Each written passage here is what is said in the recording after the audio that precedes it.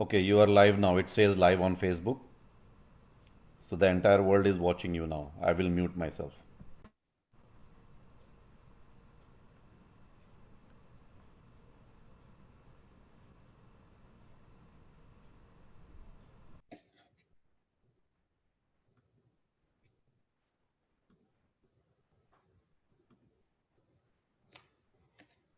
Welcome everyone to Bharat FM YogaLeher GeetaMehek.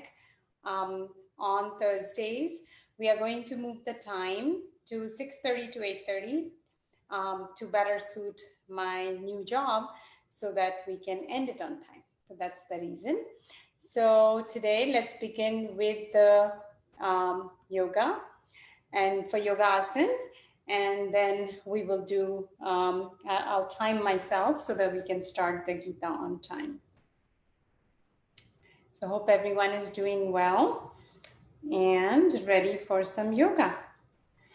So I'll put the time for 7:25.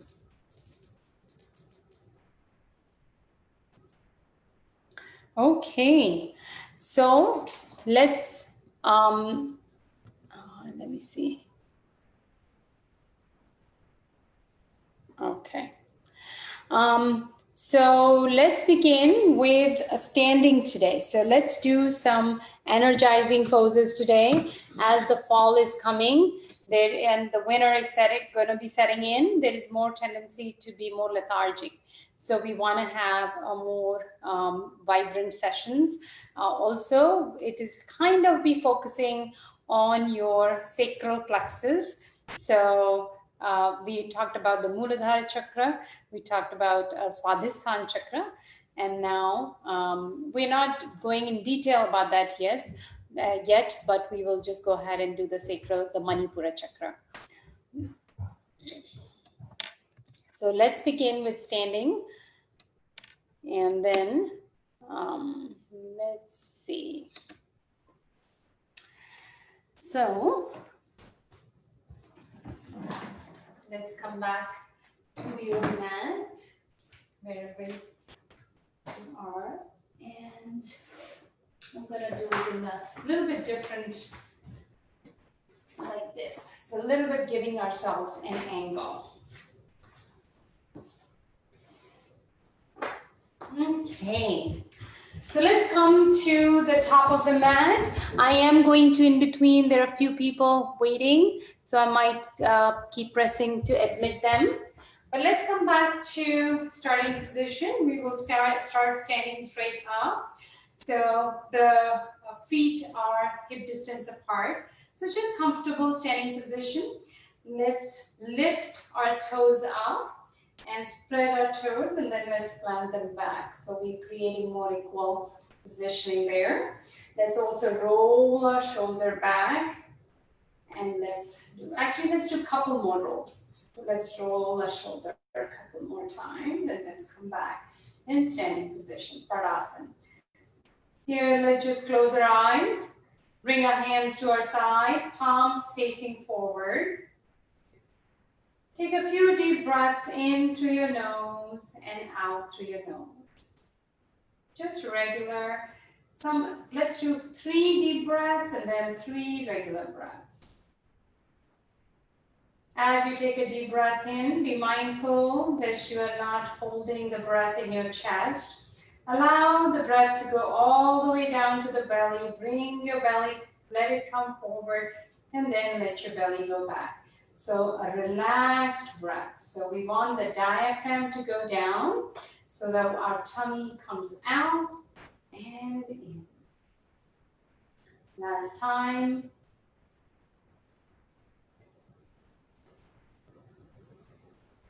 And then take a couple normal breaths, just your normal. Let's make fist with our hands now. We're going to do some wrist rotation, some elbow rotation, and some shoulder rotation. So let's make some clockwise circles with your wrist. And as you're making circle, let's take it overhead. Let's take it over and make a big circle and let's come down. Let's do it one more time. Let's make big circles. You're rotating with your wrist and you're doing shoulder rotation. Yes, and now let's bring our palms together. Let's touch the back of our hands and let's press these back of the hands together. And now let's face the palms facing downward. Let's face them, press into them. Very good, very nice. Let's take the feet a little bit wider apart. Let's point the toes. You can point the toes at an angle. With that, let's bend your left knee, take your hands and rotate towards left. You're making a full rotation. Let's go towards the right now. So bend your right knee, gently rotate towards the right. Let's do it again on the left. And then let's do it on the right. So a little bit rotation there. Let's come back again in the middle. Let's do some elbow rotations. How do we do elbow? Not rotations, but extension and flexion. So bring your two fists in the middle and let's open it up. So in the middle and then let's open it up. So we want to create, you've been sitting all day. You want to create a little stretch. Now, let's interlace your fingers together. So here we are opening up the chest. Let's interlace the finger together. Take a big inhale and look upward. Exhale, bend from your waist, take your hips out. Let's raise the arms wherever they will hold. So if they're coming up, that's fine. If they're staying down, that's fine. Just let's open up our shoulder. Release your hands, let them fall on the floor. Then let's hold the elbows and go side by side. Relax, forward fold. Just a relaxed forward fold. Release your hands. Halfway lift. Inhale, halfway lift. Flatten your back. Exhale, fold.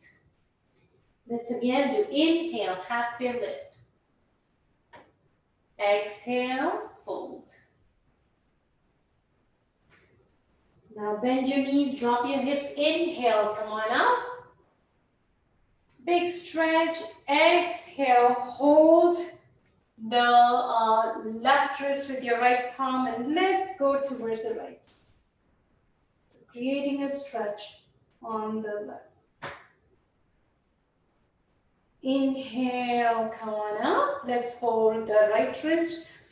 Big inhale, exhale. Let's go to the left. Inhale, come on up. Bring arms to the side. Let's do some neck rotations. So just let's stand wherever you are. That's fine. Take a deep inhale. Exhale, bring your chin to the chest and let's do clockwise rotation on the right 3 times. So inhale for half a circle, exhale for half a circle. Inhale for half a circle and exhale. Again, last time and exhale. Let's do it on the other side. Inhale and inhale. Last one. That feels good. Now let's come to the top of the mat and we will do start with one slow Surya Namaskar and then we will do one which is a more faster Surya Namaskar. So let's come to the top of the mat. Take a deep inhale. Exhale, bring the hands to the heart center. Inhale, arms overhead, slight back bend. Exhale, dive down, bend from the waist. Let's take a couple breaths here. Let's have a micro bend in the knees. Don't lock your knees. Inhale, halfway lift. Exhale, fold. Plant your hands on the mat. Inhale, take the left foot back. Hold your breath. Take the right foot back. Exhale, knees, chest, and chin to the mat. Flatten your foot. Inhale, cobra. And in cobra, you can be right here, lower up. Some days that's, you should try different ones, different days. You can come halfway where your elbows are bent. You can come all the straight elbows. Or you can even have your knees off the floor. Different days, different one. Exhale, downward facing dog. Let's bicycle our knees.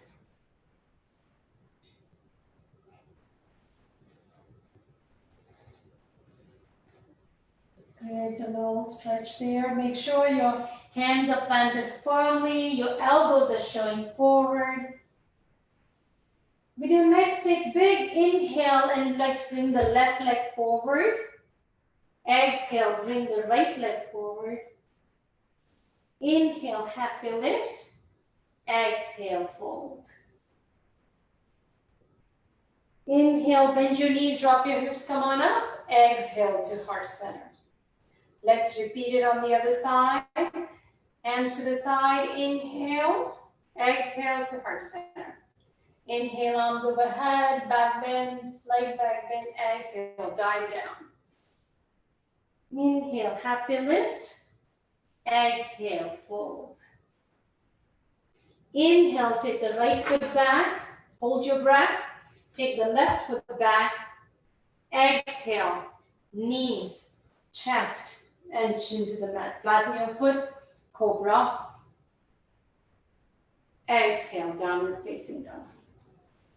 Let's bicycle our legs a little bit here.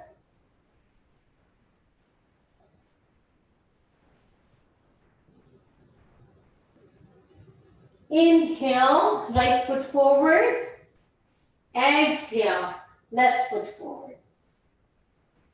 Inhale, happy lift. Exhale, fold. Bend your knees, drop your hips. Inhale, come on up. Exhale to heart center. Let your arms fall to the side. And this time we'll do one breath at a time and make it a little faster so we get our heart racing a little bit. So big inhale. Exhale to heart center. Inhale, arms overhead. Exhale, dive down. Inhale, happy lift. Exhale, fold. Plant your hands. Inhale, left foot back. Hold your breath, right foot back. Exhale, knees, chest and chin to the mat. Flatten your foot. Inhale, lift. Exhale, downward facing dog. Inhale, right foot forward. Exhale, left foot forward. Inhale, happy lift. Exhale, fold. Inhale, come on up. And exhale, hands to the side. Let's do the next one. Inhale, Tadasana. Exhale to heart center. Inhale, arms overhead. Exhale, fold. Inhale, happy lift. Exhale, fold. Inhale, right foot back. Hold your breath. Left foot back. Exhale, knees, chest, and chin. Inhale, cobra. Exhale, downward facing dog. Inhale, right foot forward. Exhale, left foot forward. Inhale, happy lift. Exhale, folds. Inhale, come on up. Exhale to heart center. Let's come back in Tadasana for a couple of breaths. Roll your shoulders. Keep your eyes closed.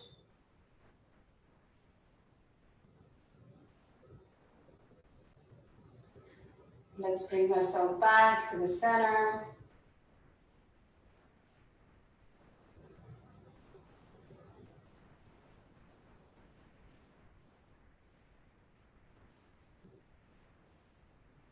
will do a few more things. So let's do an inhale, exhale to heart center. I know it'll look like we're doing the same, but we won't. Inhale, arms overhead. Exhale, fold. Now this time we will do an active forward fold. So in active, this was, when you do a relaxed forward fold, you're just holding your elbows. Let's do a relaxed forward fold first. So hold your elbows and sway side to side. You can even leave your hands and let them just be on the floor. You can also hold your elbows and go up and down. Kind of feels nice sometimes. And now let's do an active forward fold. So you can hold your big toe with your fingers, with your index and middle finger. You can also hold the back of your ankle, or you can slide your palms under the feet. So sliding your palms under the feet. So whatever is available to you today. So if you're holding the toes, you're going to inhale, halfway lift while holding the toes. Exhale, use your biceps to go further down into the floor. So use your biceps to go down. With each inhale, lengthen the spine, and with each exhale, see if you can keep your knees bent a little bit. Don't lock the knees.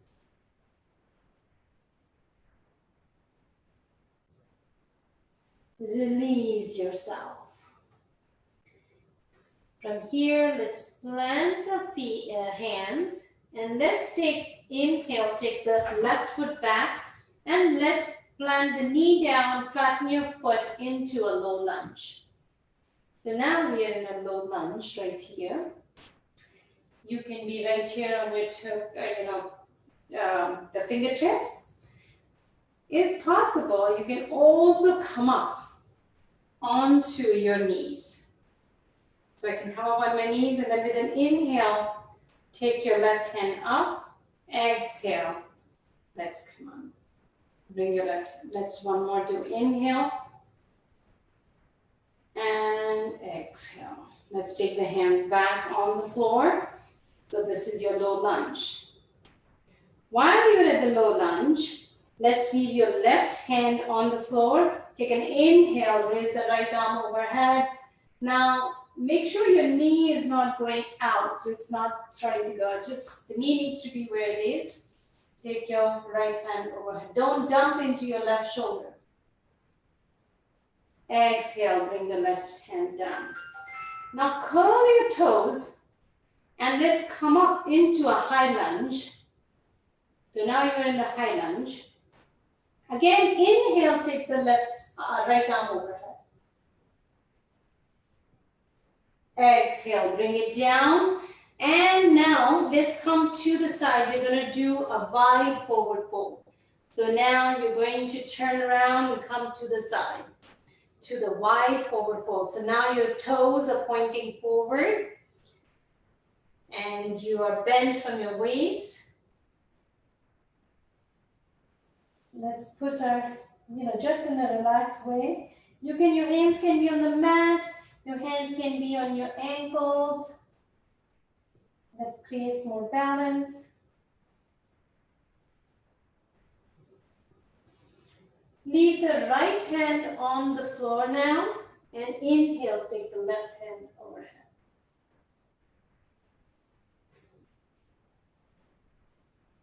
Exhale, bring it down, plant the left hand down, inhale, take the right arm overhead.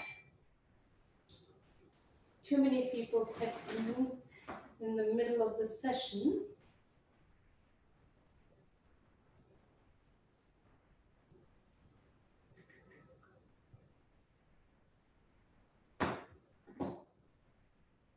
Let's exhale, bring your left hand down.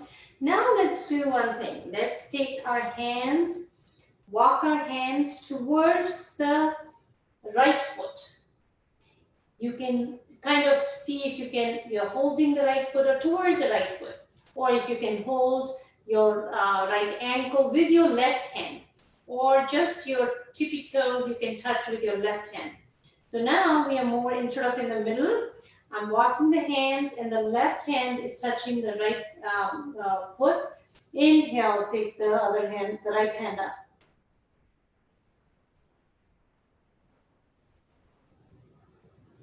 Exhale, bring it down. Now let's turn the right toes forward. So we're going to be in a triangle. Bring your left foot in a little bit. Let's keep your right hand on the mat, or you can bring it up a little bit on the ankle. And let's take the left hand up. So now you're in a triangle.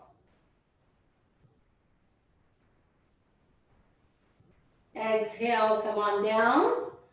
Now, while you take your hands forward a little bit, and let's bring the left foot a little forward. So it's a pyramid. Now you're in a pyramid. Right? So this is the pyramid where both the feet are kind of close to each other. There's not a huge gap. It causes a different, totally different stretch. And now you're going to keep the left hand on the floor. Inhale, take the right arm up. This is great for the adductor muscle. So that's the outer side of your legs and the outer side of your hips. Exhale, bring it down. And now let's walk the hands more forward and bring the left foot next to the right foot. So you're back in the forward fold. You can hold your elbows again. So that's the forward, back to the forward fold. Now planting the hands back, we are going to again inhale, take the left foot back. That's where we started, in the low lunge. Let's go back to the low lunge. And now we will sit back into the left hip, lift the right toes, and now we are creating a stretch here. Keep your back flat. So your stretch is on the right glutes, behind the right thigh. Now plant your right toes. So I can feel the stretch on the right shin. Again, peel the right toes. And plant it again. Come forward into the low lunge. So there's so many poses you can do once you come into low lunge. There are even more that you could do. And utilize the whole thing to stretch yourself. Now curl your toes. Take a big inhale. Hold your breath. Take the right foot back. The bank in the plank. Exhale, knees, chest and chin to the mat. Inhale, cobra. Exhale, downward facing dog.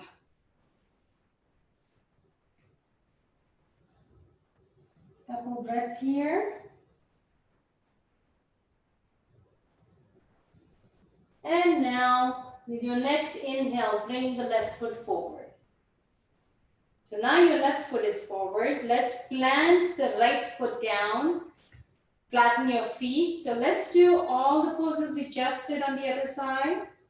Right here. So we are in the low lunge now.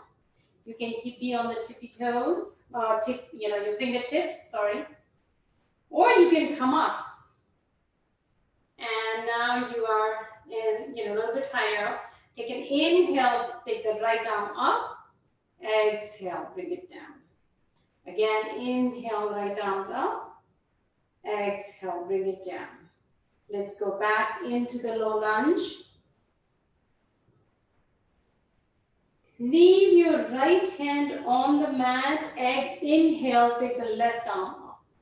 Again, making sure the left knee and the left leg is not going outside. Just keep it inside. If it's going out, it means you're taking the hand two up. Exhale, bring it down. Let's curl our toes and go into high lunge. So now we are in the high lunge. Let's plant the right hand down. Inhale, take the left hand down. Exhale, bring it down. Again, let's go into the wide forward fold. So this is the wide forward fold. You can hold both the ankles. This time we will do a little different stretch. So bend your left knee and then plant your right hand in the middle and then take the left hand up. Inhale, take the left hand up. So whichever knee is bent, that side the hand goes up. Exhale, bring it down. Let's bend the right knee. Keep the left hand on the mat. The left hand on the mat, right knee is bent. Inhale, take the right arm overhead. Exhale, bring it down. Now let's walk the hands to the left foot.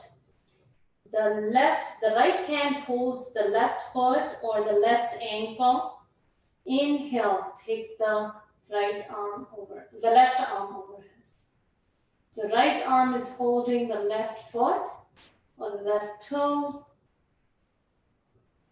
Exhale, bring it down. Now turn the left toes forward. We're going to do the triangle. Bring in the right foot a little bit if you need to for balance.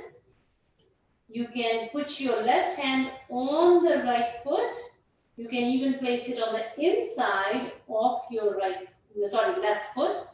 Or you can even place it on the outside of the left foot. So wherever feels comfortable, get yourself stable. Inhale, take the right arm overhead.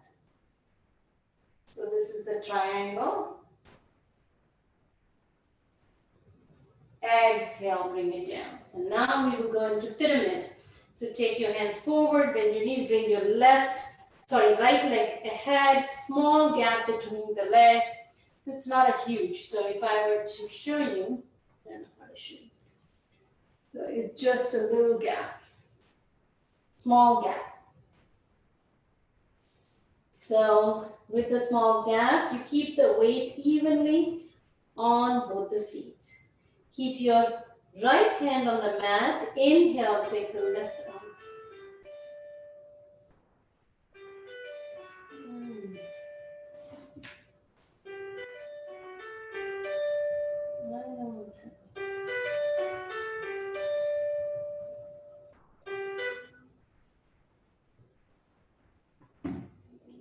Exhale, bring it down. Let's walk our hands forward. Let's bring the right foot next to your left foot, so you're back into the forward fold. You can take both the elbows and just hang loose for a couple seconds. And now leaving the hands on the floor. Inhale, and actually we will just do the bend forward. So let's do inhale, half wheel lift. Let's do this. Inhale, half wheel lift. Exhale, fold. Bend your knees, drop your hips. Inhale, come on up. Exhale to heart center. Oh, we missed one of them. So let's go back and finish off that one. So let's do it. Inhale, exhale to heart center. Inhale, arms overhead. Exhale, fold. And the one we missed is inhale, take the right foot back again. Let go into low lunge. And then sit back into the right hip, or the left hip. Peel the left toes. So now we didn't do this stretch on the left, so we needed to do that. And now let's plant the left toes down. So create a stretch on your calves. Peel it again. And let's go forward. Now back in, now we are done. So now we are going to go back into the low lunge, curl your toes, and then let's bring your legs forward. Now since we are here, we might as well do, let's actually do tree pose before we do this. So bend your knees, drop your hips, inhale, come on up, exhale to heart center. Now let's do the tree pose while we haven't done it for a while. So grounding ourselves. Let's ground our right foot down. Let's get loose on your left foot. And then when available, you can bring your left foot to the right ankle. You can place your heel there. You can put it in between the right ankle and the right knee. Or you can bring it up above the right knee. Should not be actually on the knee. Or you can use your hand and bring it further up. And then let's do the tree pose. You can bring your hands to you can actually focus in one spot if that helps. Keep your left knee to the side so it's open. You can take your arms overhead.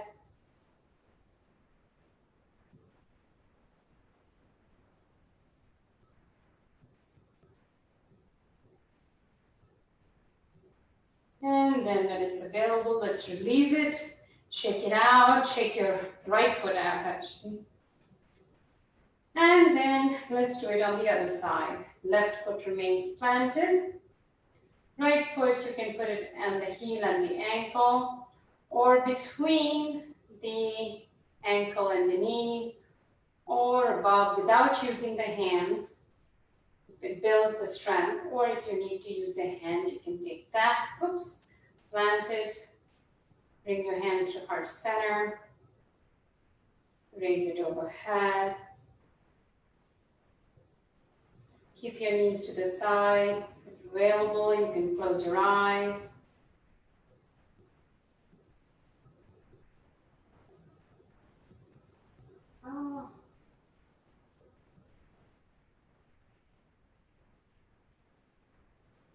And then release it. Now, let's take our feet a little bit wider. We are going to go in Malasana. So let's do it a little bit wider. We are going to go first a forward fold and then into Malasana. So inhale, arms overhead, exhale, dive down. And from here, adjust your feet wherever they can be your width of your mat. And then let's just go sit in Malasana. So back straight. You can be on your toes, or you can be, putting some pillows underneath you. Whatever you need to do to make it comfortable. The idea is to keep a flat back. So if the back is not flat, then you need to adjust yourself to get the flat back.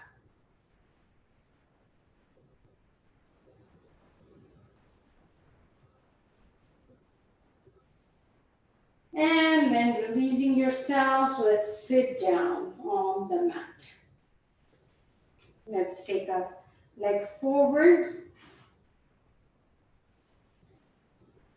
Push your hips back into your sockets. So your glutes are into the sockets, sit up straight. Big inhale, arms overhead. Exhale, bend from your waist. So you're really not going in too far. Bending from your waist, I tend to hold the ankle. I can even hold the feet, but I can't hold the back, so I'm not able to go too forward. So I'm trying to bring the chest to the knees rather than my head to the knees. So my belly rests on my thighs. The more I rest my belly on the thighs, bend your knees a little bit.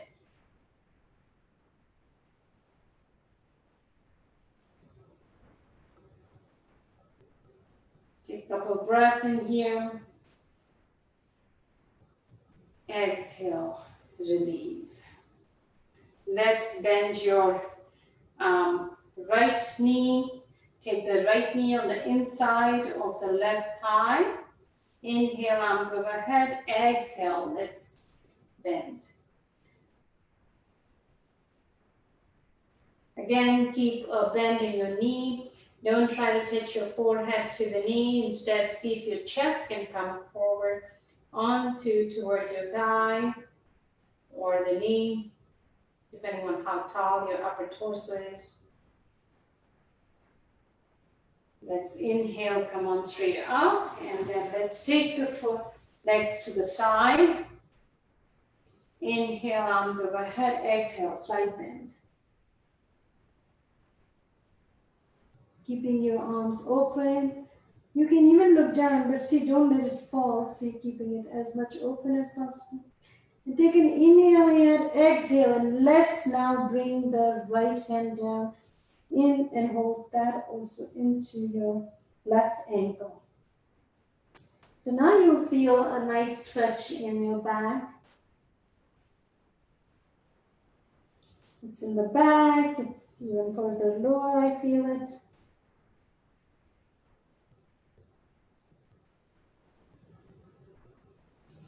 Inhale, come on up. Let's switch the legs. Let's straighten the right leg. Left knee bends on the inside of the right thigh. Inhale, arms overhead. Exhale, fold.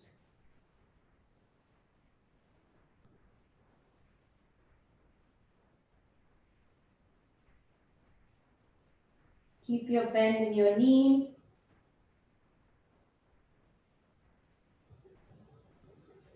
Inhale, come overhead. Let's take the leg to the side. Big inhale, exhale, side bend.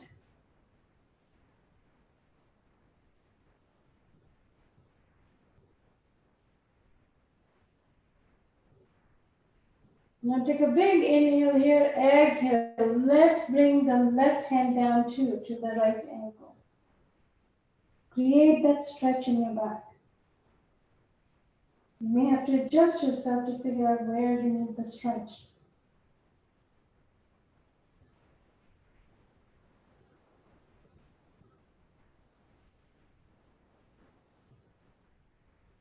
Inhale, come on, up. Let's bend our knees, plant our foot hip distance apart on the mat. Let's take our hands and put it on the back here, the palms facing the hip or palm facing the feet. Take a deep inhale and open up the chest here.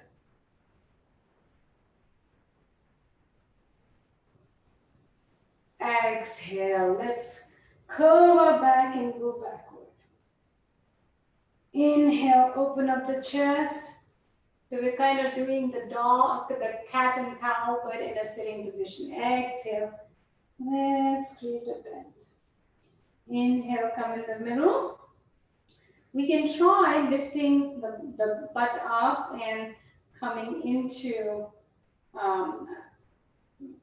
just creating a flat plank, opposite plank in the opposite direction. So here, planting the foot, keeping your hands right there. Inhale, let's lift the butt off the floor.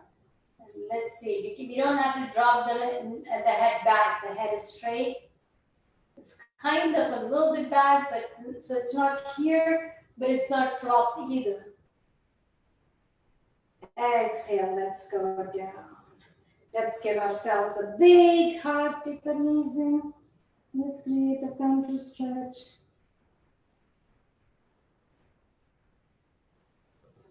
And release. Now, while your hands are still in the air, keep your hands straight up in the air. We're going to go down on the mat, one vertebra at a time.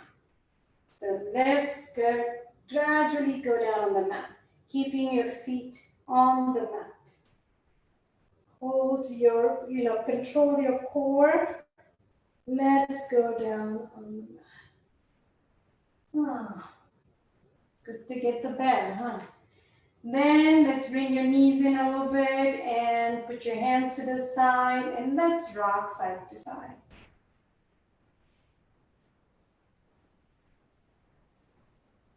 Before we do anything, take a deep inhale, come back in the middle, exhale. Let's give ourselves a big hug.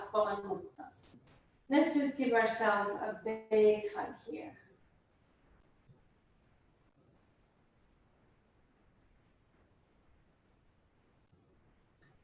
Plant your feet again on the mat. Put your hands to the side. Take a deep inhale.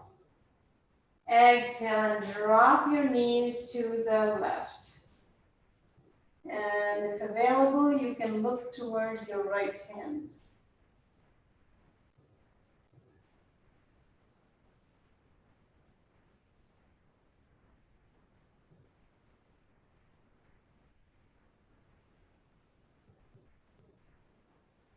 Inhale, come back to the middle. Exhale and drop it to the right.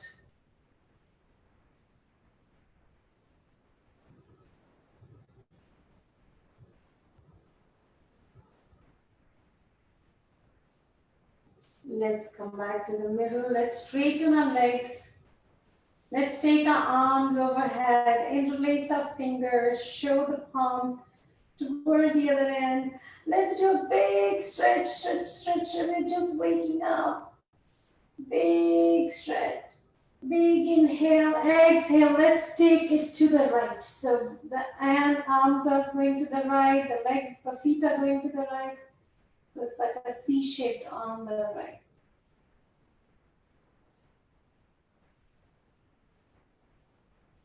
Inhale, come back to the middle. Exhale, let's take it to the left.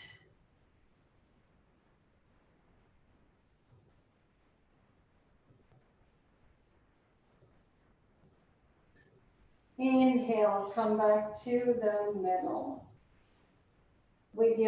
Take a big inhale. Exhale, bring your right knee in.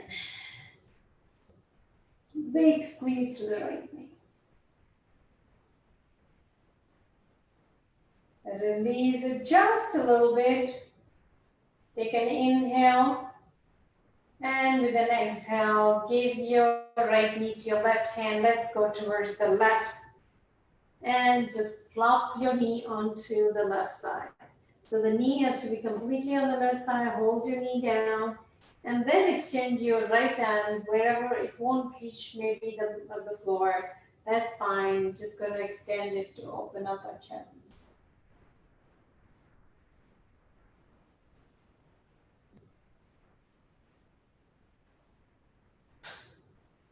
Inhale, bring your right knee back, straighten your right leg. Big inhale. Exhale, bring your left knee in, give it a big squeeze.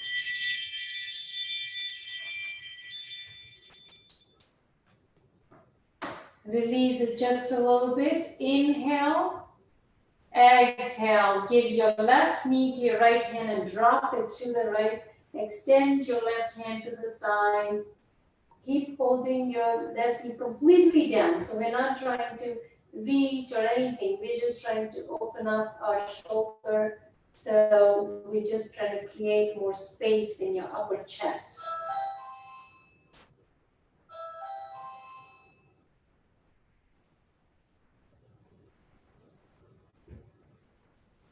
Inhale, come back to the middle and straighten your legs.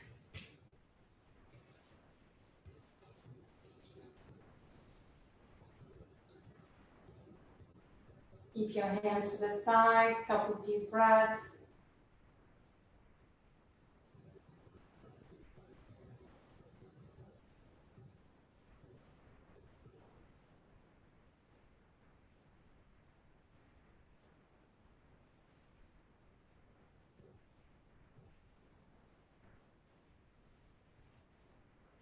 And when available, you can bring your feet again back next to on the floor. So you're again your hip distance apart. We'll do a bridge pose and then we should be ending it soon. So take an inhale and flatten your back. Exhale, lift from your butt into the bridge pose. The hair gets stuck, so. And you can take your hand, shoulder underneath and interlace your fingers. Keep your knees together, like hip distance apart.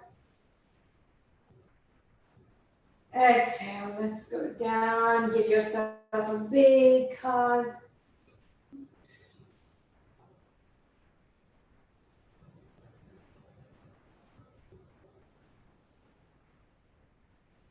And release yourself. Let's straighten our legs.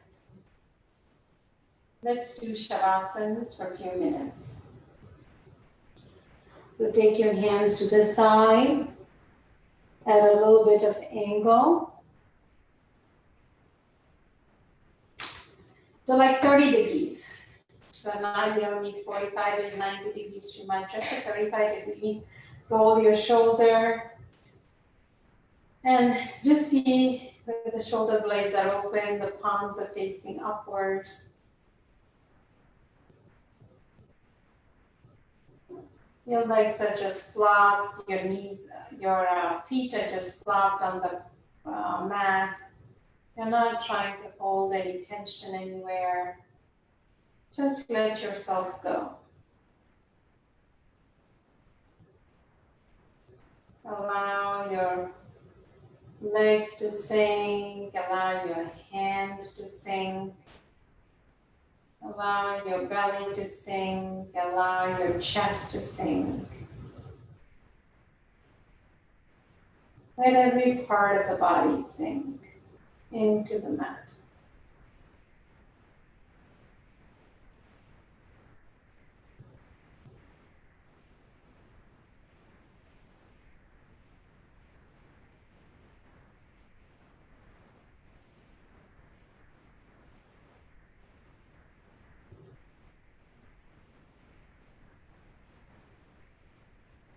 Let's bring our attention to our breath.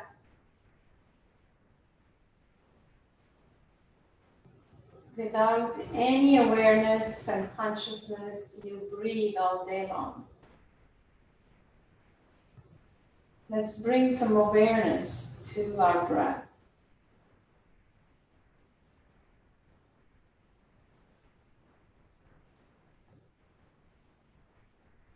Allow yourself to be very relaxed as you become aware of your breath.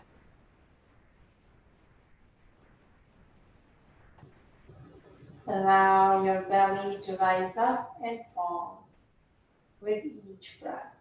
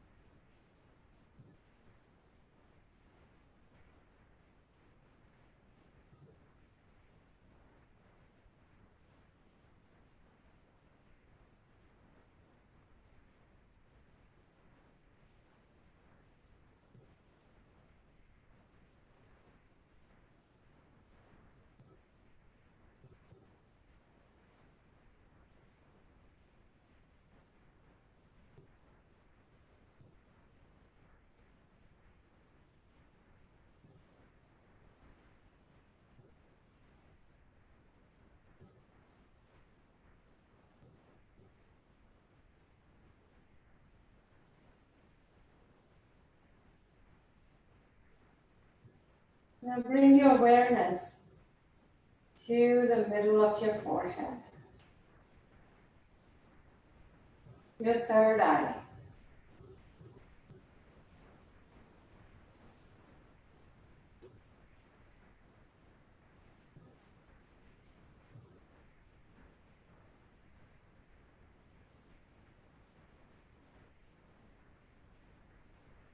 Your intuition, your wisdom is located at your third eye.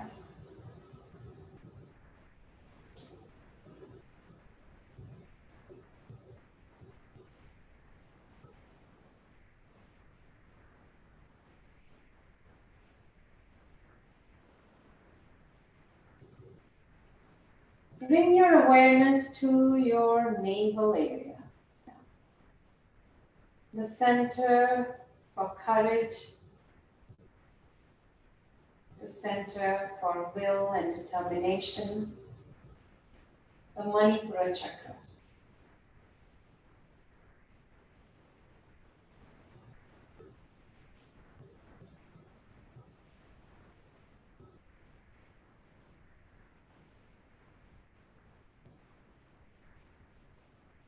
As your third eye becomes more awakened and you get more in aligned with your Ajna chakra and your Manipura chakra, you can have what is called the wise courage. Courage which is full of wisdom. And that is the benefit of aligning these chakras.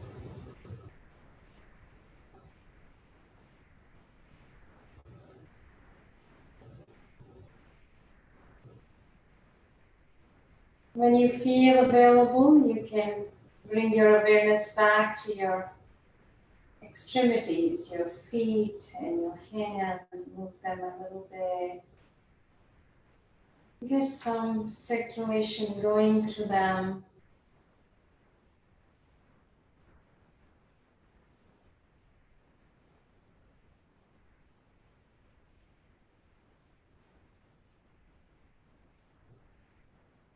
Bend your knees, you can bring your feet on the floor, and then whichever side you want to roll over with your eyes closed, you can roll over to one side. Be lying down on your hand.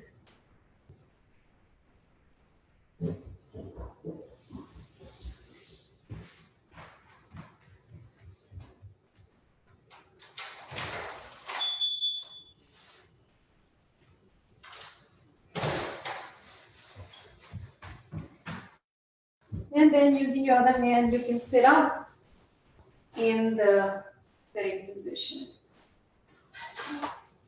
with your eyes closed.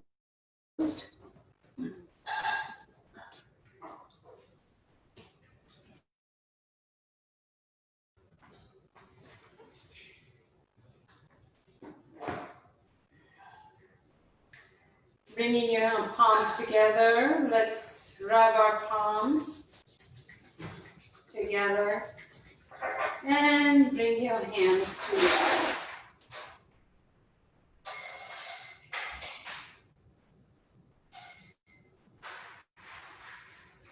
And with that, we end our yoga session. Oh, why is this not allowing me?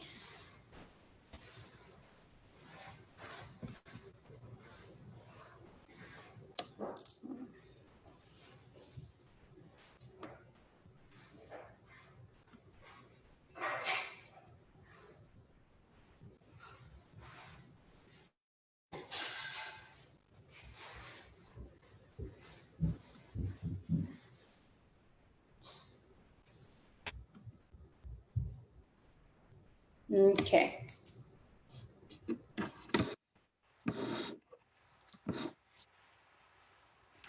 And now let's take it back.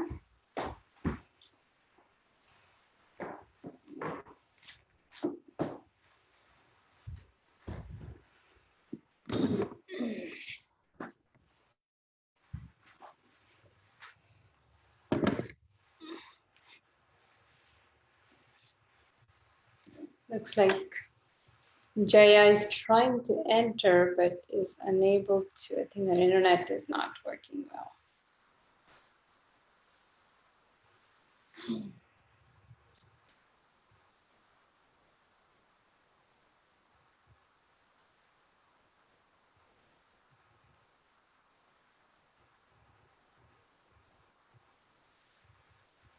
Okay.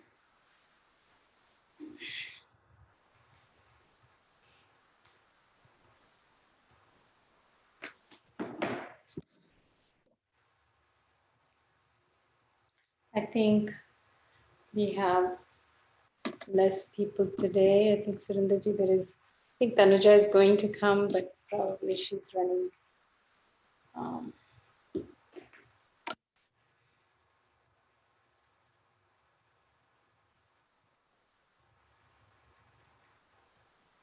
Namaste, Kavita. Yeah, hi.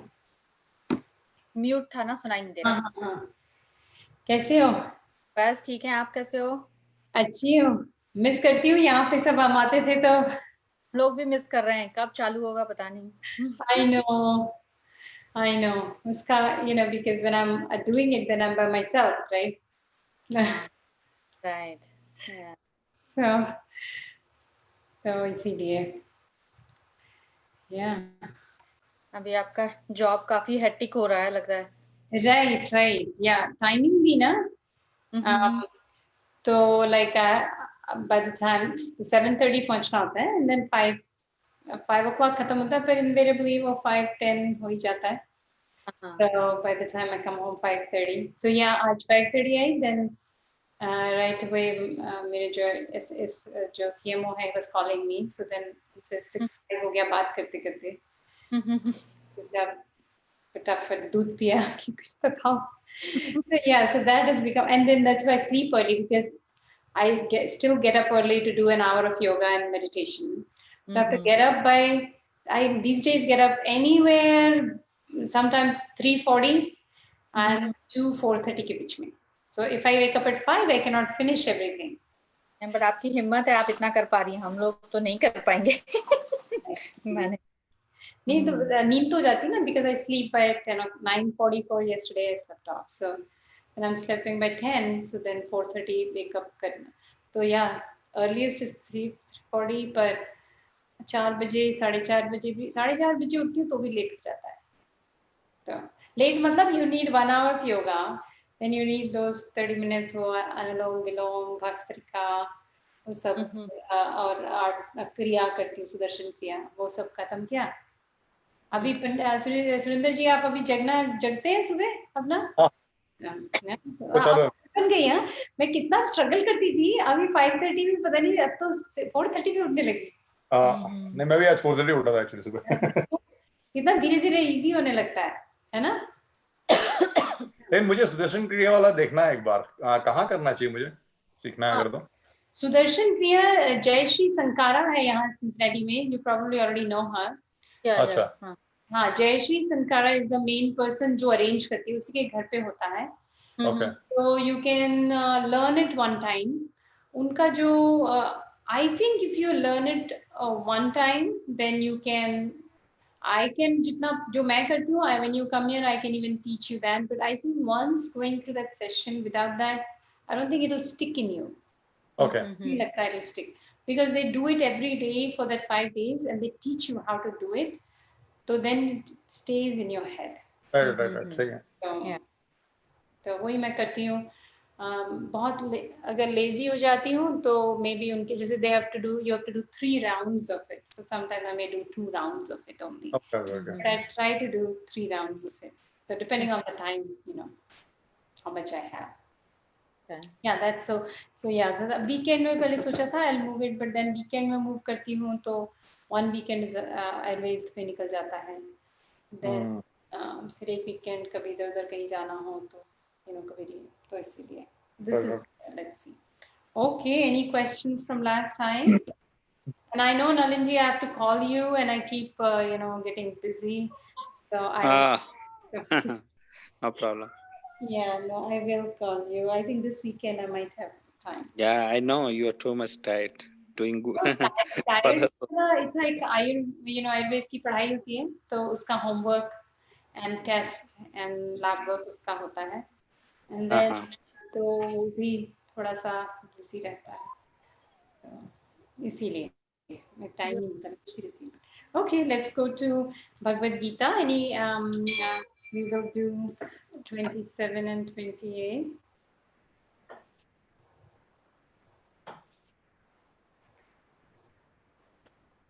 Okay, I can read that. 27.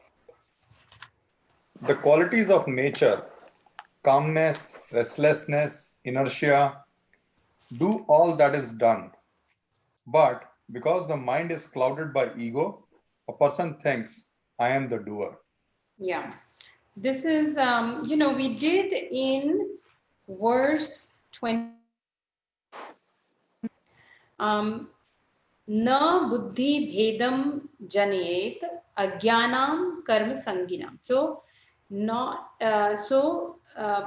the wise one, the vidwan, the one who is enlightened, should not create a discord in the understanding of an ignorant person who is attached to karma sangina, who is attached to the action. Instead, joshiyet sarva karmani, the vidwan, the wise one, should do all actions with complete not joshiyet but samacharan. You should do all the actions yukta samacharan, mean being unattached, performing all actions perfectly in equilibrium, and in that way inspire those who are ignorant or attached. You inspire those through your activities. So this is what he was talking about.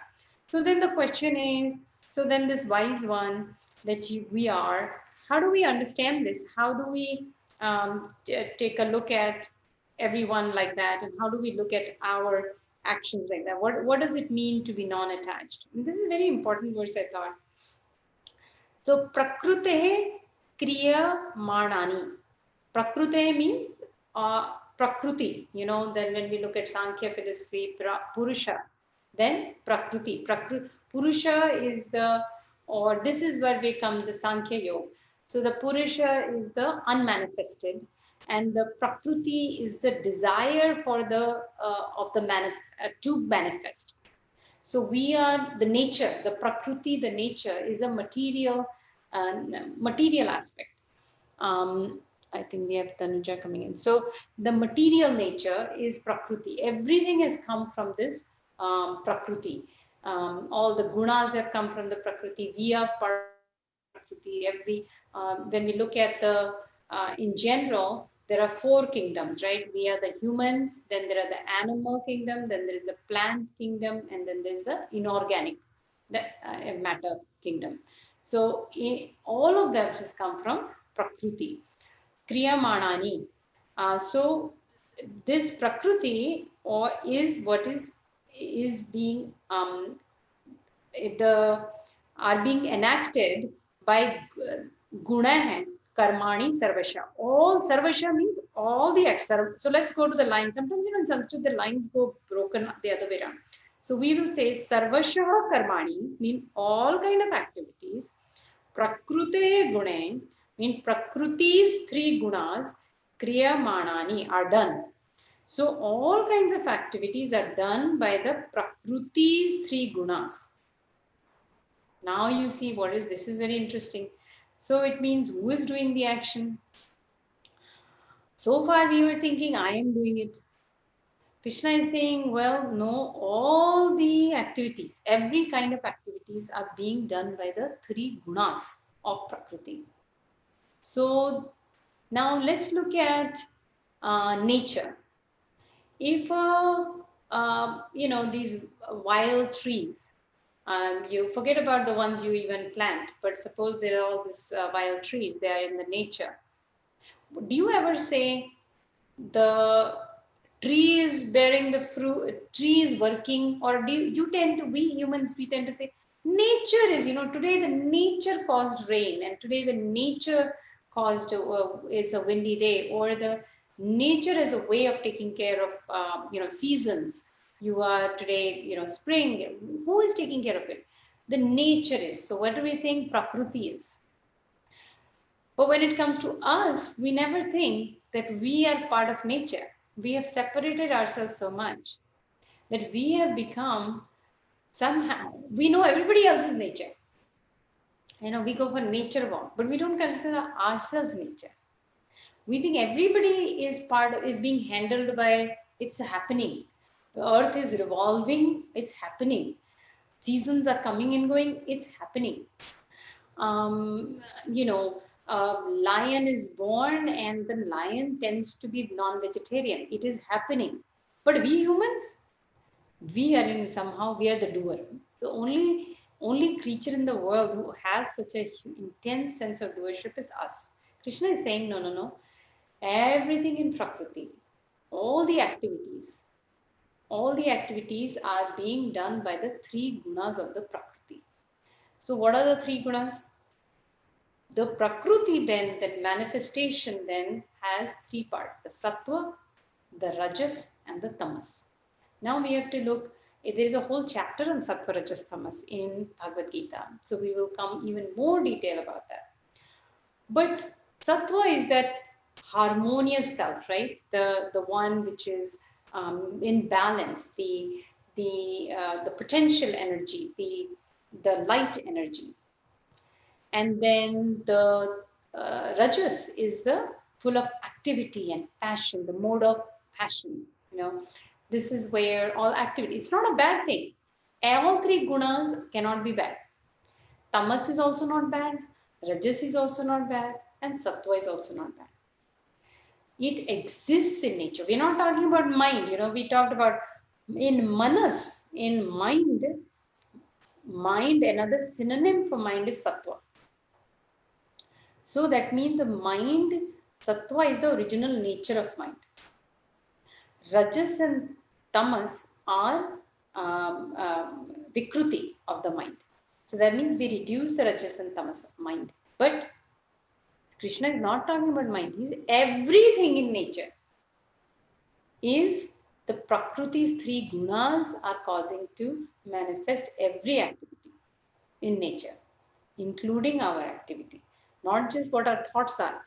So sometimes, so far, our understanding is, oh, I should think like this, then it's Rajasic thought, now I should think like this is Tamasic. No. All activities, your sleep, when it comes, it is coming from the Prakriti Tamas Guna. So is Tamas bad? No. If you didn't have Tamas, you won't sleep. If you're completely Rajasic, you won't sleep. If you don't have Rajas, how will you wake up? How will sun come out? Sun is Rajasic, right? So then the sun comes out. You wake up, you do activity, you have you're achieving things, you are brushing your teeth, you are doing the yoga. That is Rajasic. So the action is not that. So every activity is coming from that combination of Sattva, Rajas and Tamas. So then it means who is controlling the action? It means, are you the driver? This is where, or is Prakriti the driver? Prakriti is actually, that is why, because Prakriti is the driver, you can be saying one day, you know what, I really was doing all fine till I just lost the cool at my child. I got angry. I shouldn't have gotten angry. The thing is, your guna, one of the gunas was activated at that time. Maybe it was, you became more Rajasic at that time. Prakriti's three gunas play the game. So we all will have all three gunas in all the activities, and these gunas actually do the activity. So it's like for example, a wave and the ocean. Now the wave says, no, I do all the activity. I am the one who's causing the flooding. But it is actually, wave is part of ocean. That's how we have separated ourselves. We are saying, I am the wave, I came out of ocean and I am doing everything. No. Prakriti, the nature, we are part of it. And the Prakriti runs it. So then that's how it becomes that the world is a stage. And this whole world is a dream of the cosmic dream. We are living in a cosmic dream. And we are the actors. It's divine dream happening. And imagine you're the actor. Right now you're the actor and you believe that you have taken up that role and started believing that you are that. So it was a king who went on a stage as an actor to become a beggar. And now thinks I'm a beggar. Forgot that I am a king actually. I'm just acting on the stage as a beggar. So our lives have become that because we are constantly separating ourselves. We are forgetting who we are. So we are then constantly not even realizing that I am not the doer. I am not the one. I am too much separated and hence attached to completely false identification. And in the second line, he actually talks about that. Ahankara vimood atma. Ahankar means we know what ahankar is. Ahankar is a false sense of identification. Some people, ahankar, they are attached to the body. I am a Hindu. I am Indian. What is the body? The body is, I've got brown skin, so I was born in one area. So that is body attachment. Where was I born? In India. So I am a Indian. I am an American. I am a white. I am a black. This is a body attachment. There's nothing but body. Then others who got ahankar, they're attached to their mind. There are those who think I am what I think. So then they are attached to their mind. Others who are attached to their intellect. They're too wise, they are just always in the position of I am just an intellectual person. Or they can be attached to outside material things. Attachment can be to anything, but any kind of false sense of attachment is ahankara. And of course, we have looked at the structure of the mind, and we have ahankar in there. Vimud Atma. Vimud means one who is deluded. Atma is the one, the person who is deluded by this ahankar. Karta aham iti manyate. Karta means doer, aham, I am, iti. This manyate, I believe. So ahankar vimud Atma manyate. That Atma believe, the deluded Atma, Ahankar's the delusion caught by the Ahankar, that kind of a person believes, what believes? Iti aham karta, I am the doer. ऐसा वो समझता है. That is so how do we, and once you do that, if you are identified with that, you will do that to every person. So what Krishna is talking in the previous verse, that the wise person should not disturb the intellect of a person who is, ignorant. How will you not disturb if you don't believe? If you think you are the doer, then you think that ignorant one is the doer. Then you are bound to correct the ignorant one. Then if you don't correct the ignorant one, you are basically faking it. You're being a hypocrite. You're not actually grown up. You're not actually understood. You have decided, okay, I'm not supposed to say anything, so I'm not going to say anything. Or my culture, they say don't say anything, so I'm not. But I actually think they are doing wrong. But what if we understand that Prakruti's three gunas manifest everything? So when you are at work, what if you could see everyone's, how the three gunas act? Sometimes they're so sweet to you. At that time, the sattva guna is more active in them. Sometimes they're so full of ahankar and they are so rigid and don't want to listen to what we are saying. And then their rajas guna is mere. The Prakriti's rajas guna is playing the role and making them do that. And when they are, lazy, inefficient, cannot get thick-headed, then their tamas guna. In fact, even people who drink tons of coffee, it actually activates tamas guna more than rajas guna. And that's why then they continue to need it more.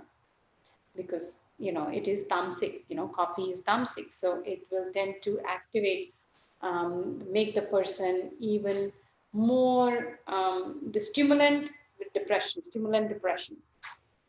So that is where it is very important for us to understand that we are not really the doers.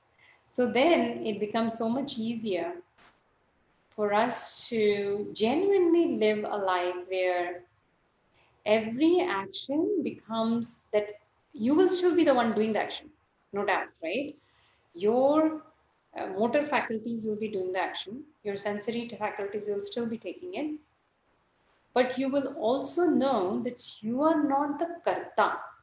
You are being guided to do it. So you are the vessel in a way. You are through which action is happening. But you don't take credit for it. Because how will you not? Because it is the same me will have sattva, rajas, tamas in me.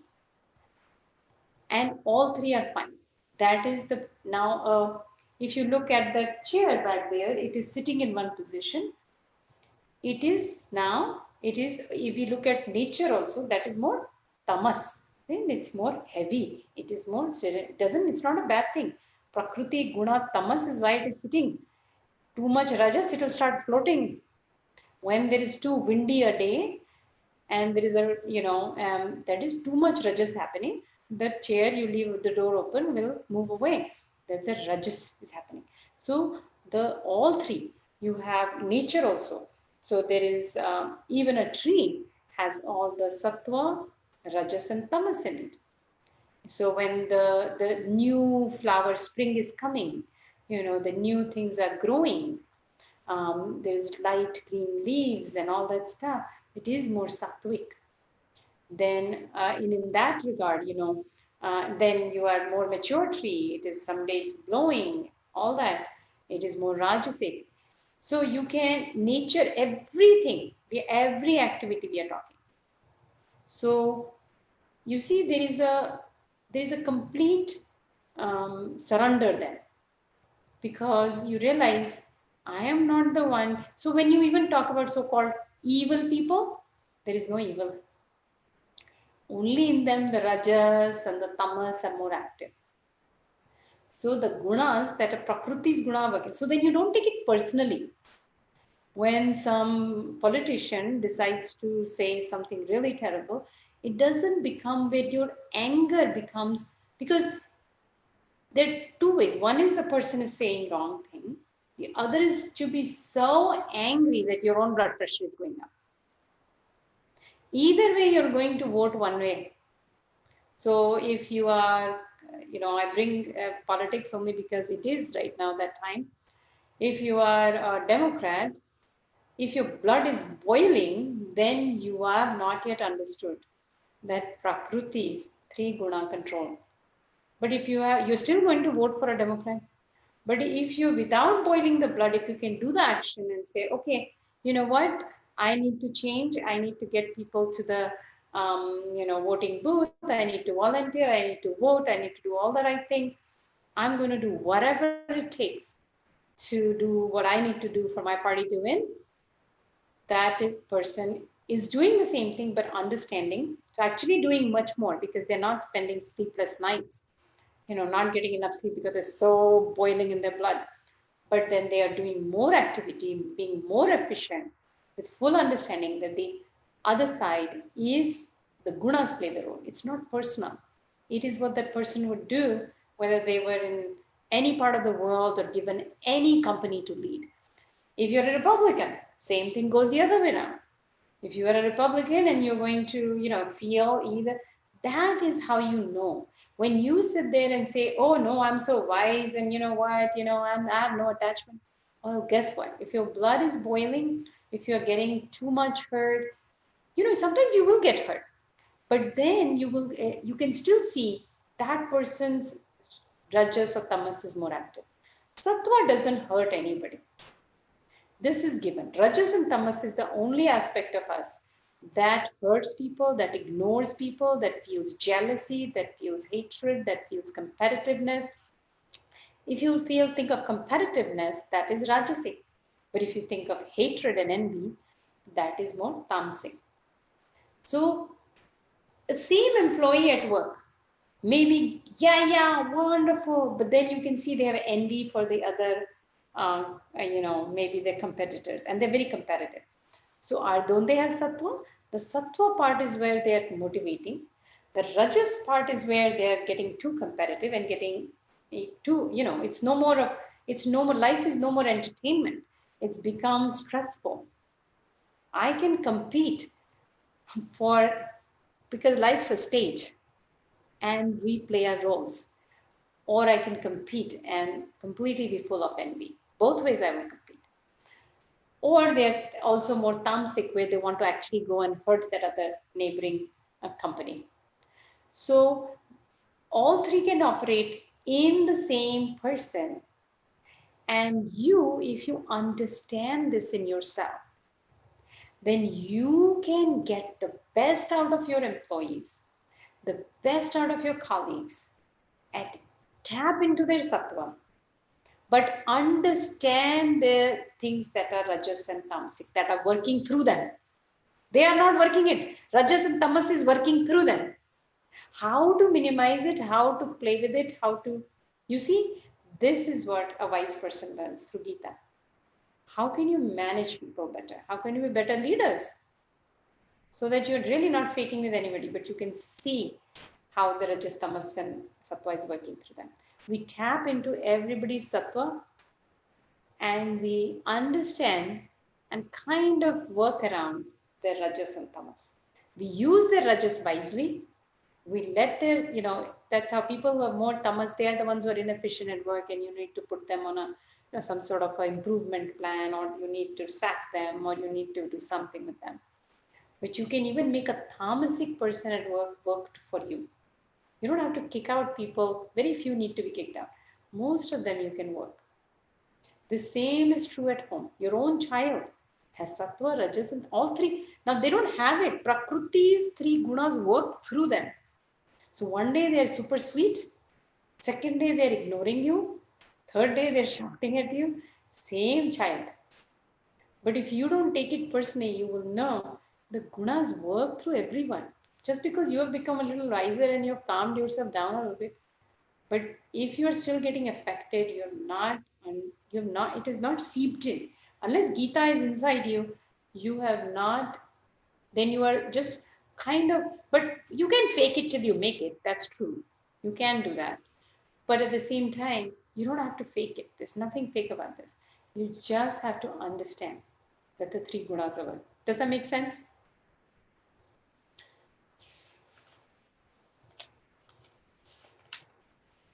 Okay. Let's go to the next one. Okay, 28th. Arjun, one may intuit the relationship between nature's qualities, gunas, and action, karma. Whoever does so knows that nature, as the senses, merely abides with nature, as the sense objects. That person identifies with neither, and thus does not become entangled. Mm-hmm. So, again, this is an extension of that same verse. Tattvavit means the one who knows, the knower of the tattva, the truth. So the first word is actually tu, but. Mahabahu means mighty armaments.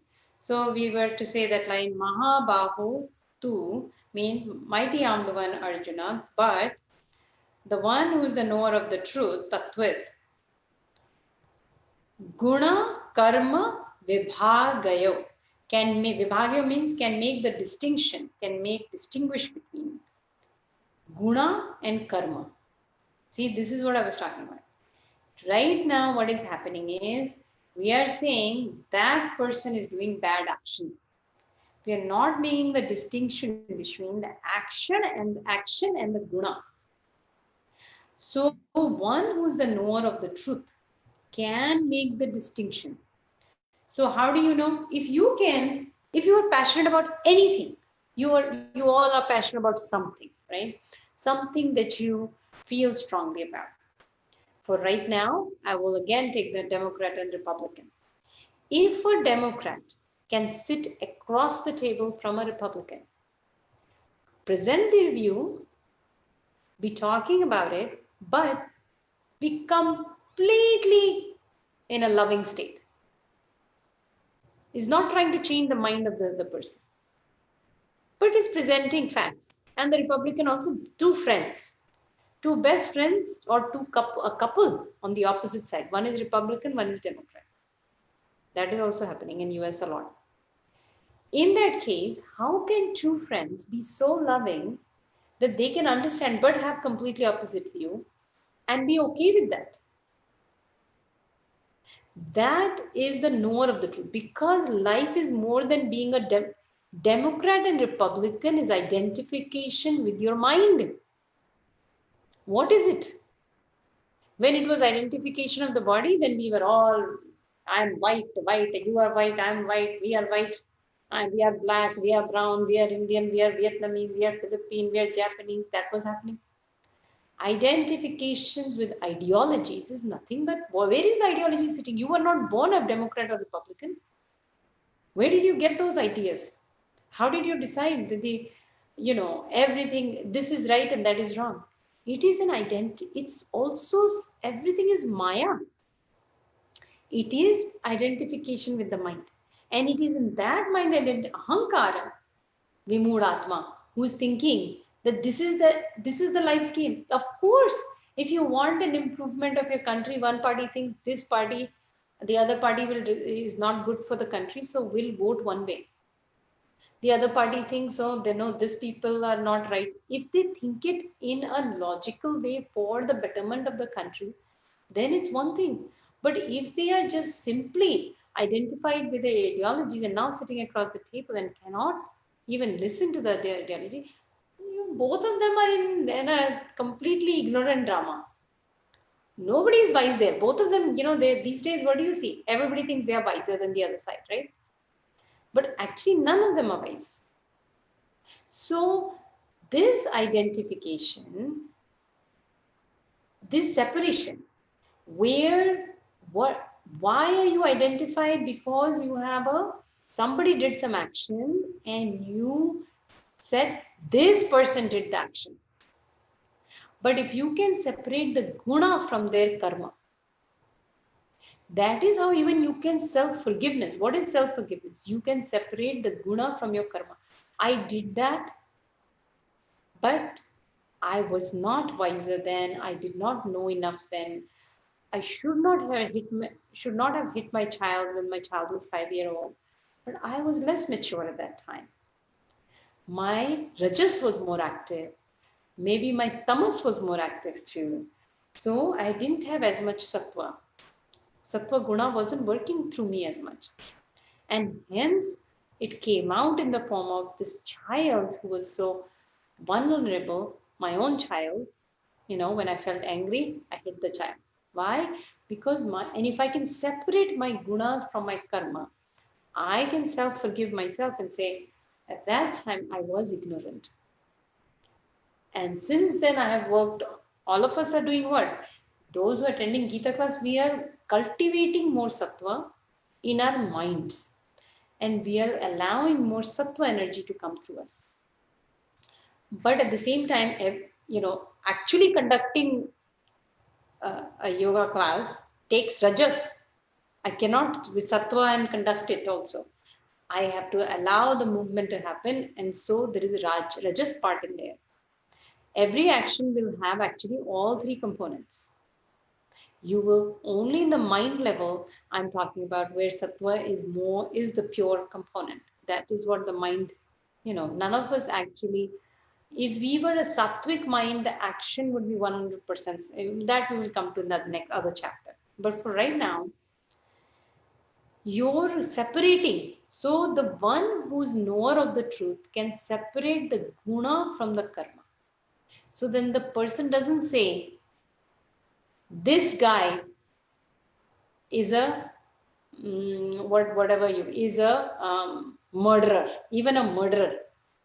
You can separate the guna from the karma. The guy had or the woman had an episode where such and such were the circumstances. You know how when you watch a movie, it can be a main protagonist. When we had that movie, that movie, of course, Shah Rukh Khan did a lot of killing for no reason. But like in a movie, sometimes you can have a main protagonist. And the director builds the movie in such a way that when the main protagonist does some murder, you feel justified in that action. Either the woman had a circumstance or the guy had certain circumstance. So the guna and karma. So, but what do we do right now? Somebody murdered, nobody thinks about the guna and karma. Right away, you go to jail for the rest of your life. The poor guy may have never been murderer kind, but circumstances forced him into some activity. And he ended up doing something, or maybe that day he was just, got angry to the point where he killed but the guna and karma. So now he may have been the most loving father and a professor and everything. But now only thing is, you remember he's a murderer. Because you've labeled the action you're not saying, why did he murder? What was behind that? Why are teenagers today going and killing so many people? Why are school shootings happening? We just wonder that these are devils. These kids are devils. No, they are not. Guna and karma separation is what wise people, tattvavid, the one who is a knower of the truth. And what is the truth? Well, the truth is that you at Atman, Sankhya Yoga, that you at Atman level are not the doer. Prakriti's guna make you do it. That does not mean that the murderer should not get the required, some sort of corrective habit. But it may not be that he needs to be hung to be corrected. Maybe same thing. You can even go as much as when you look at when we're even doing the groping play, like we all have had sons. How did that little boy become a groper? That is what the play was about. How does a little child become a groper? Now you say he's a groper and you label him. But where is his action coming from? What is that? What is propelling him to do that action? That is separating the guna. And when we come to everyday life, you can apply it. I see at work all the time, you have people who blow hot and cold all the time. When they're nice, their sattva is more active. You can see it functioning. And then there are, opinionated, and then there are rajas is active, or even their tamas is active. You see that. So understanding that suppose somebody was not nice to you and said something sarcastic to you. If you are the knower of the truth, if you are tattva-with, if you are wise, you will not carry that in your heart for the rest of your life. You will know that this person is operating right now under, tamas, or, sarcastic comment is tamas. You will just see, and when the time comes, next time they turn around and a day later they pretend that they have actually forgotten because now they are in their loving state. That day, yesterday, tamas was, you don't need to go back. Oh, yesterday you were so mean to me. Nothing needs to happen. Yes, they have to do their own journey. But you won't take it either way personally because yesterday the tamas was acting through them. Today they're back to their more equilibrium. They're ignorant. They don't even know what is happening. They just, the wind takes them in this direction. They go there. The gunas are controlling them totally. And you and me are cultivating it where our sattva operates more.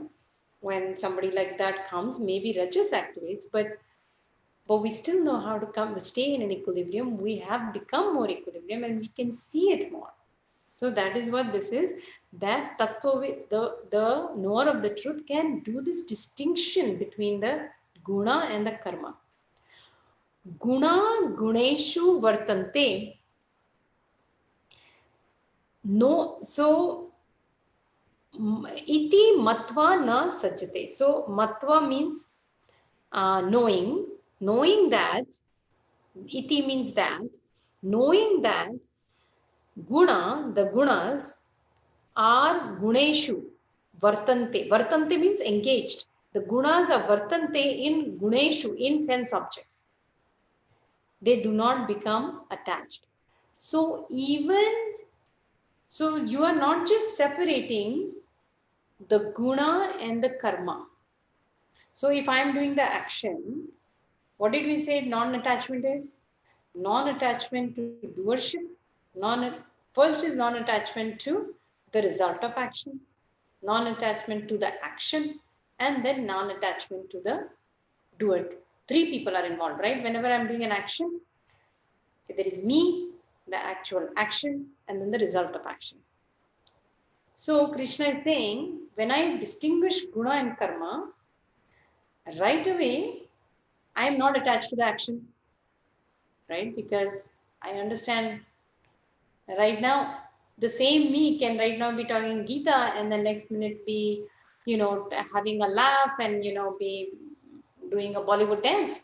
So right now there is some, is it that, oh, I did this and now no, it is happening. Prakriti works through me, right? The same, you can't have, what sometimes people do is, I have to be, this is my image. Now people get trapped in that image. But actually Prakriti, this same Prakriti that makes me function as a doctor. The same Prakriti works with me to make me an actor. The same Prakriti works with me to make me dance Bollywood. The same Prakriti makes me sit down and read Gita for hours. The same Prakriti makes me, the Prakriti is working its three gunas through me. It's not my job to be other than who I am, because I've seen an image of this saint and I'm now like going to become like a sadhu. Then if that sadhu was born with that prakriti, then they become like, for example, what I was going to take, like even Ramakrishna, but I was thinking of what was his name? I forget. But so when you see these people, they're born with so you can't fight your prakriti. So knowing Ramakrishna Paramahansa? Ramakrishna Paramahansa, but the other one who's kind of also I forget the name. I will remember. Ramanujan or okay. Yeah. Fine. Anyway. Every human being is born with all three gunas working through them into making them into the prakriti. So like if you were talking about waves of ocean. No, now I like that wave and I have to become like that wave. That's not how it works. Every wave shape will be different. It's part of the same ocean. There's nothing wrong with any wave.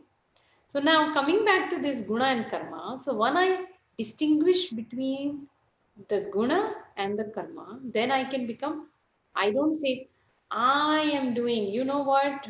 I am doing Gita class. No, it is that's what universe wants me to do. So it's happening when the universe, it's not to take credit for it and not be attached. Am I doing it? Actually, yes, I am speaking, but it is not where there's no attachment to it.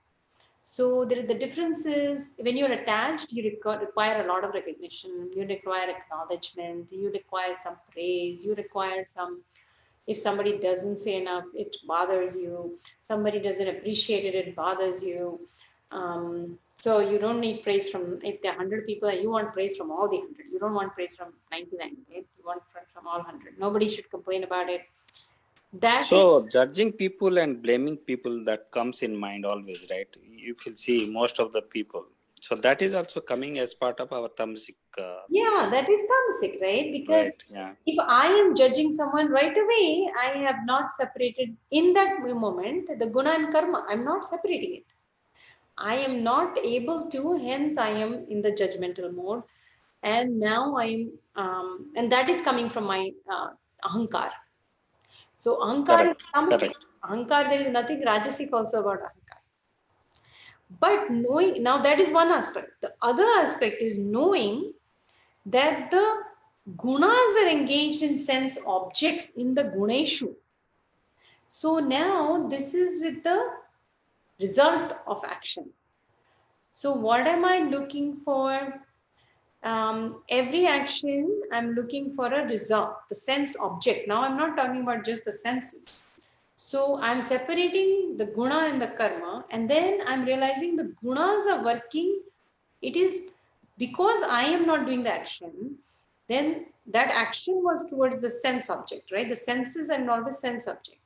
But because I am not the doer, so then guna is the doer, and so guna is then engaged in the sense object. You get my point? If I am not even the doer, then because guna is doing it, guna is attached to the sense object, then where is the attachment to it? Then there is no attachment to the result of action. So it's like, if I am, let's say, if I am even cooking, let's take a simple example. The woman is cooking food. If she is, sometimes you will see people are so, the same woman may be cooking something one day, very, in a nice mood. She's got some bhajan going and some songs going, or she's just in a nice mood, she's cooking something, and then the things turns out really good. A kheer, she's making kheer. Kheer turns out really well. Next day or a month later, she is again making kheer. This time she's really mad. and it's a bad day, and everything is going wrong. Not that everything, but like she's a bad day. She was late by it's a rainy day. She couldn't get the husband didn't bring the sugar on time, and whatever happened, she's mad at her husband. Everything. She's still making the kheer. She's an expert at kheer making, but she leaves it there because of course she's running 10 things. The kheer gets burnt. What does the woman say? आज का तो दिन ही खराब था. Everything is going wrong. She's not realizing that the first is sattva was working. The prakruti's guna, sattva was working through her. That sattva is why the kheer was good. It wasn't because she did anything. Sattva is why she was in that pleasant mood. It was happening and the result was pleasant. And the next day, almost tamas was working. Rajas and hardcore tamas was working through her. And now the tamas is working. The result is this. Now, what was working? Guna is attached to that. So what is the guna is engaged with the sense object. And the first day also guna was attached. She was not the doer the first day. And she was not the doer the next day in that sense. If she can figure out a way to stay in more, allow the prakriti sattva to work through her, then even on a day when it's rainy and her husband didn't get it and she was running late and the people were coming, if she could bring herself into more sattvic state, it is the sattva which makes the kheer okay. But how many people, they're having a bad day and when it rains, it pours. What does that mean? It means exactly this, because you are allowing. So that's why when we say do kriya or do pranayam or do some sort of dhyana, we are our minds are so full of rajas and tamas. We are saying, take a breather, give yourself a break. So if the woman had this tough time, but she could first of all separate, she doesn't get mad at her husband for being late. She understands, okay, he was stuck in traffic, because nobody was going to be late for deliberately, right? They're late, so they're for a reason, right? And another adult, especially your spouse, is going to be he or she's an adult, so they're going to be late for a reason, right? So now she understands that. Even then, she may want to take a few deep breaths. Oof, too much. I've got too much rajas going on right now within me. I actually have that a lot of times. Like, okay, too much rajas. Need a few minutes quiet time. Bring yourself back to center. 5 minutes of break. And then allow the sattva to come back. Now do the cooking. Same kheer will come out. This is what he means. When a wise person understands that it is the guna that work through me, then I'm not attached to the action, or I'm not attached to the result of action, or I'm not the one doing the action. You're not going to be attached to anything, because you can separate each one. We first have to learn it for ourselves. You cannot practice it for the world unless you first start understanding it for yourself. And then you start observing around you. Tomorrow morning when you are meeting human beings, because that's only when this comes into play. If you don't meet human beings, your dog is always loving to you, so it doesn't matter. Human beings, you just will find, somebody in traffic will want to cut you. Their rajas is right now. They are late to work. So they're rajas. Another person is driving too slow in front of you. When I have this too slow person, I wonder, do they never have to reach? Why am I the only one trying to reach work on time? Why do people leave so early, so much time from home that they have that luxury to drive slow?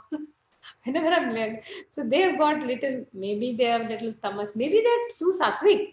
Maybe it is the sattva where they are zoned out in their own world and they're driving on the road. But I'm in the back going, or maybe they're just old and they can't see the road. But I am just in rajas. I just want to reach somewhere, my workplace quickly. So you see, but if I am uncontrolled rajas, then I will be honking. I will, people take out their gun and start shooting. They are mad. Their blood pressure going up. They come to the office like, God, it was, this person. Or if you are more aware, you're going to laugh at yourself. You're going to be like, aha, again, another test and right in front of me. So, so like I have a way to work right now, which is like inside road, and I have to, a long road I go through, which is at 25 miles per hour. And then there have been 2-3 days where I met a person who actually drives in front of me at 25 miles per hour. 7 o'clock in the morning, which is still dark. I'm like, okay, so now there is a, before I make the turn, there is a light. I go to that light and instead of being, because I have to make a right turn, so I have to stay on the right lane. Instead, I stay at the first car and the left lane, zoom past. So I can make the right turn, be the first car. So I can drive at 35. So I know my rages. But I'm finding it's the drama where I'm actually, still it's fun. And if I actually got to be behind someone, I'll be fine. So you see, there is that, life is a play, it's a playground, it's an entertainment world. If you look at why you can see that, because you can see gunas constantly in yourself and other people. It's constantly there. And hence it's attached to sense objects too. Guna guneshu vartante. And in the sense objects also guna are working. So no attachment to anything. No attachment to name, fame, money, anything. Because even if you get some sort of a reward for your, suppose promotion, you didn't get a promotion because of your capability. You probably got the promotion because there was more sattva along with rajas. Rajas is the raj activity, but the mind was more sattva, which got noticed by your superiors, and hence you got the. You know how you have two salespeople. They both are doing good. One gets promoted, one doesn't. Why? Or any job, any job. Why? This person has got, they're doing the same action. They're both project and they both meet the deadline. Boss is watching both of them. But you can see this one worked with a lot of teamwork and enthusiasm and harmony. And this one also got the result, another project. They also were at par with the project, but there was irritation and there was too much rajas in them, too much maybe envy going on for the other people, too much stress creation, not such a great teamwork. Who do you think the boss will give promotion to? This person whose mind is action-wise, they both were doing rajas.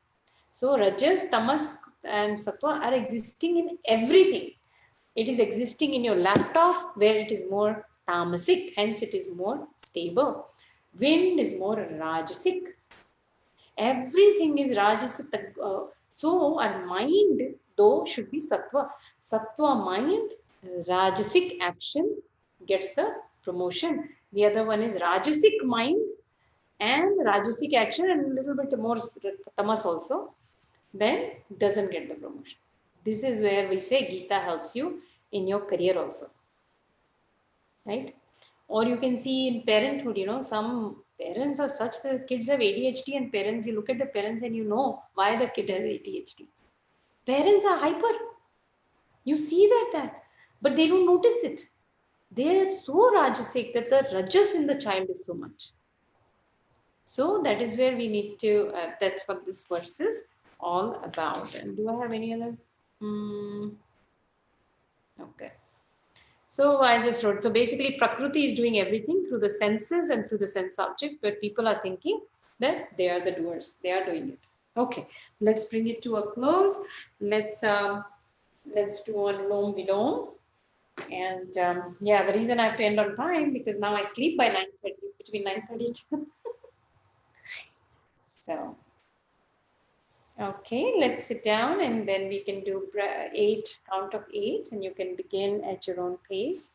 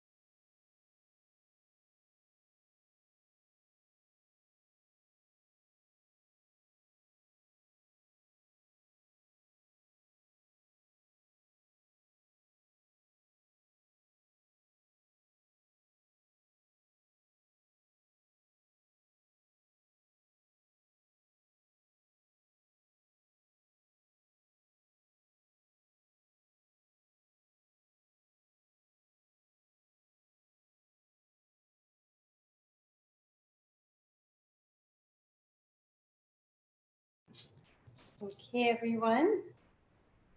I will say bye, and then we'll see you next Thursday at 6:30. 6:30 to 8:30 now. We'll try with this time. Bye. Thank you. Good Bye. night. Thank you. Yeah, Bye. thank you. Thank you.